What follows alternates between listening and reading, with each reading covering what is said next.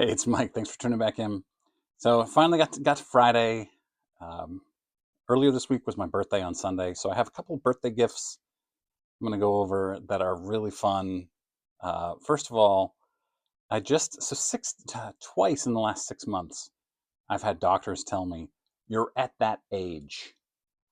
The first one resulted in my first colonoscopy, and this one resulted in me getting progressive lenses. I just picked them up, same frames because my frames are in great shape, and why would I spend $150 for a new frame when I can just pop these lenses in? I'm trying to get used to the lenses. It's a little bit weird, but I am at that age. I turned 46 this week, back on Sunday, so I'm old, and just like looking down, everything gets all blurry now because of the progressive lenses. It's going to take some getting used to. You might notice I'm missing a card. Did my wife flip any over? I don't think she did. I didn't check beforehand.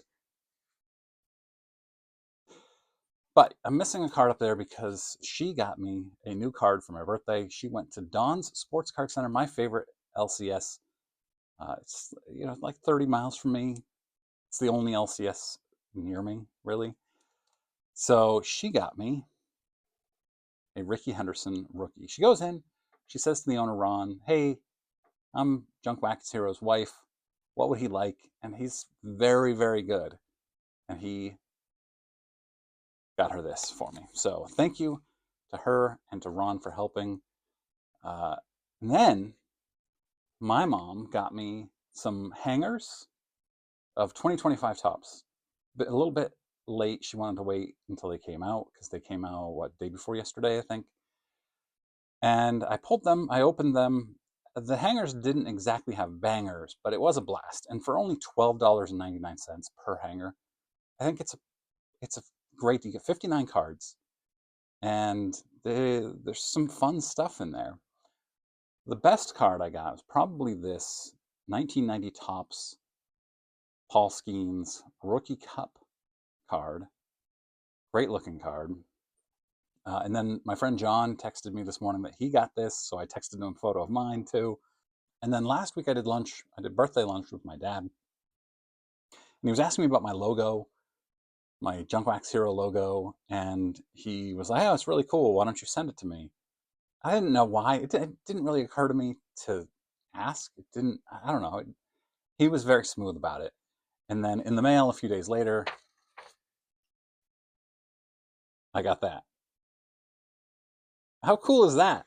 So I don't have a place for it on the wall right now, but hopefully in the near future, I will have a place for it. Maybe I'll just hang it up behind me. Maybe we're going to be too low. Not sure what I'm going to do with it yet, but once I have a room, this is going to be prime real estate on a wall in that room. So I'm really excited. It was really neat. Okay, now I have some items that came in the mail. First of all, I don't know who this is. Maybe I ordered something on eBay. I'm not really sure. And you're probably thinking to yourself, how do you not know if you ordered something on eBay? Well, I know I did. No, this is, let me see. Oh, yeah, that's right. I did order this on eBay. And this person writes, Mike, thanks so much. Your money is going to a charity to help feed poor children. We can't thank you enough. That's cool. I bought this on eBay. And you may have seen Greg of Midlife Cards earlier this week, I think, showed a Fonzie card. And he texted a picture of it to me last week, and I was like, I gotta have a card just like that. And he had the King of Cool card, but I'm more of a sit on it kind of guy. So I loved Happy Days when I was a kid. I watched the Fonz all the time. And when I was in college, my RA was from India, and he told us that he learned English by watching Happy Days with subtitles. And I remember being fascinated by this, and I asked him one time, how do you say sit on it in your language? And he said, Beto. And I've always remembered that. And I got lunch with him, I don't know, 5 years or so ago, 20 years after I'd last seen him. and I said, "Hey, do you remember?" And he laughed and said that I still remembered how to say it. I hope I hope I'm still saying it right. Beto is sit on it in, I can't remember what language he speaks. I know there are a bunch of languages they speak in India. But I'm going to send this off to Henry Winkler, one of the all-time greats, comedic actor, played so many iconic characters, including in Scream, by the way, as the principal. But also, um, he plays on Arrested Development. There's so many great roles he's had. So that's going off to him in the mail for an autograph. Speaking of Greg, he's texting me now. All right, I finished up, and then I realized I had another item to go. So I'm going to splice this in because it fits perfectly after I talked about Greg and the Fonz card. This is a card from Midlife Greg. He's got another sticker on the back with the penny sleever. So he reached out to me a couple weeks ago and asked me, he knew that I had a special connection to Ellis Burke's 1988 Topps card. By the way, here's Greg's business card. If you want to scan, I don't know if you can even do that through the phone like that, but yeah, awesome. So he sent me this. He got this in person as a kid at a game in California. And I think I've told this story before. When I was a kid, Ellis Burks was my favorite player. Like, up until the early 90s, whenever he left the Red Sox, up until then, he was my favorite player. And my dad, I remember this so vividly, probably around 1989 or 90, my dad came home from somewhere with this card autographed by Ellis Burks. Except I was 100% convinced, even as this 10 or 11-year-old kid, that my dad had signed it in Ellis Burks' name. I didn't say anything because I was smarter than that, but I was sure my dad had signed it. And this doesn't look like my dad's signature, but I put it up on I had I'd sit in my bed and I had a bookshelf here on the wall over my bed, and I put it up there so it would make my dad happy. But I knew he had signed it. When I moved out of that house, I had to decide which cards to keep and which cards to get rid of. One of the cards I got rid of was the Burks, and I have. So apparently my new microphone cut out at this point, so I'm just going to do a little voiceover here. I've regretted it ever since that I got rid of this Ellis Burks card. I did ask my dad a couple of years ago if he remembered the card. He didn't remember it.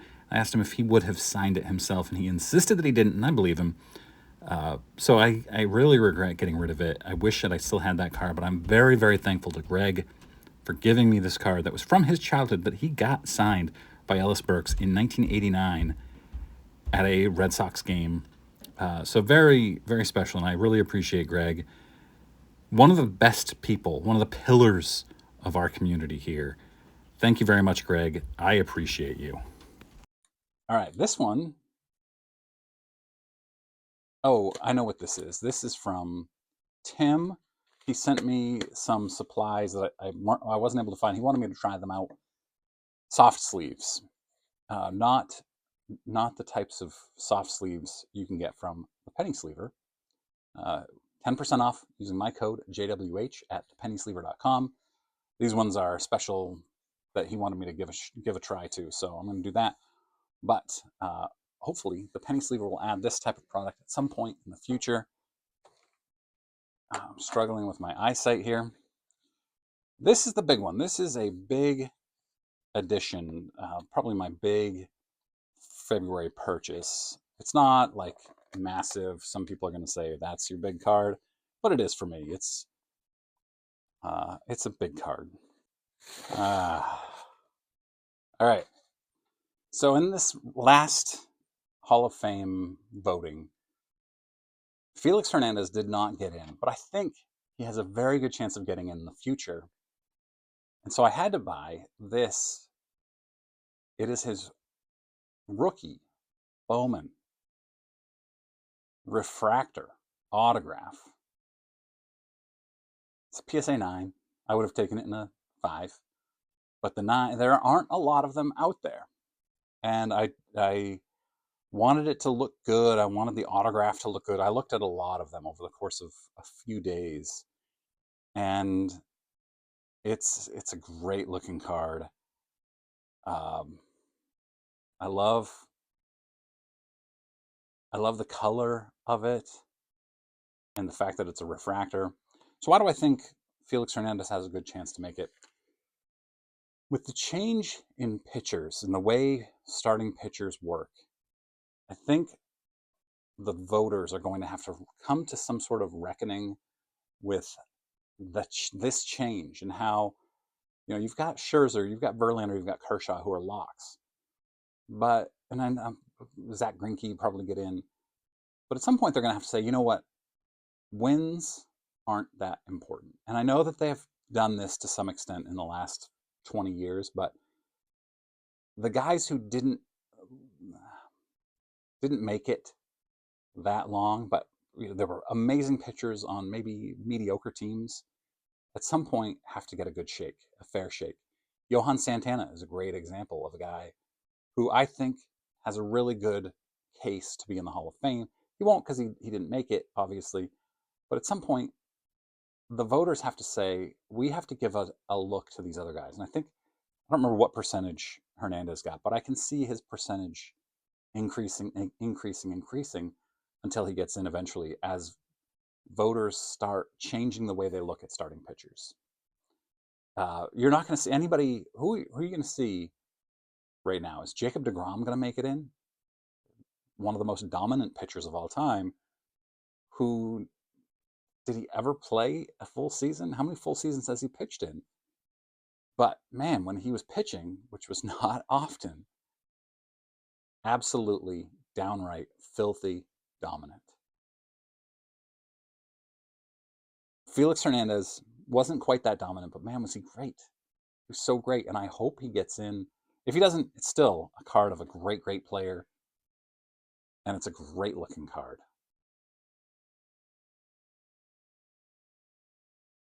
So what do you think? Will they change how they judge starting pitchers? Will King Felix get into the Hall of Fame? Let me know in comments. I appreciate you guys watching. Hope to have another video tomorrow, Saturday. If not, I will see you Sunday morning for Clearing the Bases. I hope you have a great weekend.